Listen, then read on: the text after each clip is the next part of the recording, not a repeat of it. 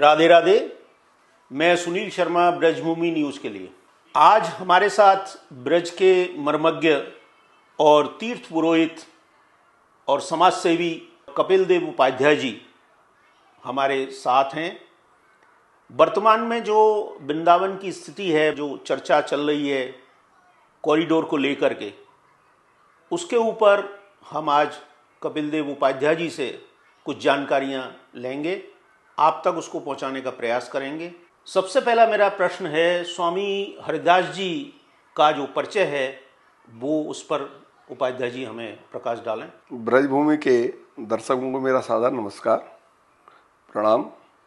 हरिदास संप्रदाय के स्वामी प्रवर्तक स्वामी हरिदास जी महाराज दो भाग हैं, एक व्रत संप्रदाय, एक गृहस्थ संप्रदाय।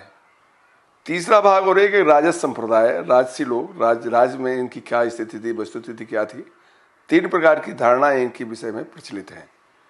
पहली धारणा तो है व्रत संप्रदाय की। उनका कहना है कि स्वामी हरिदास जी सनाटी थे और इनका जन्म राजपुर ग्राम में हुआ। राजपुर ग्राम में राधा बावड़ी है। राधा बावड़ी में आज भी संतों का निवास है, भगवत रसिक की भजन स्थली है। स्वामी जी का जो संप्रदाय का जो अंतर्गत शाखा हुई, ललित किशोर जी ने जिसको स्थापित किया टटिया स्थान, उनका उस पर आज के दिन आधिपत्य है। वही इनकी संत वहाँ पर रहकर सेवा पूजा और भजन पाठ पूजा करते हैं।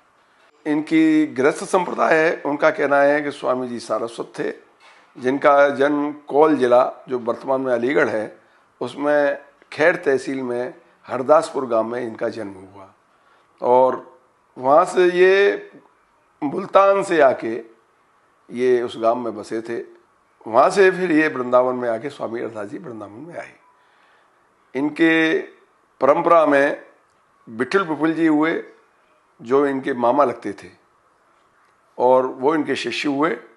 स्वामी हरिदास जी ने 25 साल की अवस्था में अपने घर का त्याग किया। सर्वप्रथम ये मानसरोवर गए, जो यमुना जी के दूसरी तरफ में मानसरोवर है, वहाँ जाके इन्होंने भजन तपस्या की और उसके बाद में ये निधवन में आए। वृंदावन नाम पहले नहीं था, ये 3 गांवों के संयुक्त वगैरह बाद में बनाए हैं, काफ़ी समय बाद बनाए। उस समय नगला गोप, नगला दुसायत, नगला तो एक तीसरा नगला और था, मुझे नाम से विस्मृत हो रहा है। तो उन 3 भागों में 3 स्थान थे। तो निधवन में जो वर्तमान निधवन स्थान है, वहाँ आके इन्होंने स्वामी जी ने वहाँ पर तपस्या की, भजन किया। वहीं पर 5 साल बाद ये बांके बिहारी जी की प्रतिमा प्रकट की और प्रकट करने के बाद में विठल पिपुल हुए। विठल पिपुल के बाद में बिहारिन दास हुए। बिहारिन दास जो महात्मा थे वो जाति से ठाकुर थे। ठाकुर और अकबर के दरबार में ये राजसी लोग थे। बिहारिन दास जी का एक हाथ नहीं था, उनकी सेवा पूजा करने में उन्हें दिक्कत होती थी। तो उस समय इनको जगन्नाथ जी नाम का आदमी जो मुल्तान से आए हुए थे, जो खैर गांव गए रहने वाले थे, तो वहाँ से उनको बुलाया गया, उनको ये सेवा पूजा उनको दी गई। तो इस तरह से ये सेवा पूजा में ये लोग पुजारी के रूप में नियुक्त हुए। और जो वर्तमान में ये पुजारी हैं, जगन्नाथ जी के वंशज हैं, जो और स्वामी हरिदास जी से उनके वंश परंपरा में कोई उनका संबंध नहीं है। इनके व्रत होने के 5 साल बाद निधवन से ये मायरी सहज प्रगट वही रंगी क्यों गौर श्याम गंधामी से प्रथम आते उन्हें आगे 18 होते से अंग अंग की उजराई सुगराई चतुर्थाई सुंदरता ऐसे श्री हरिदास के स्वामी श्यामा कुंज बिहारी संवेश।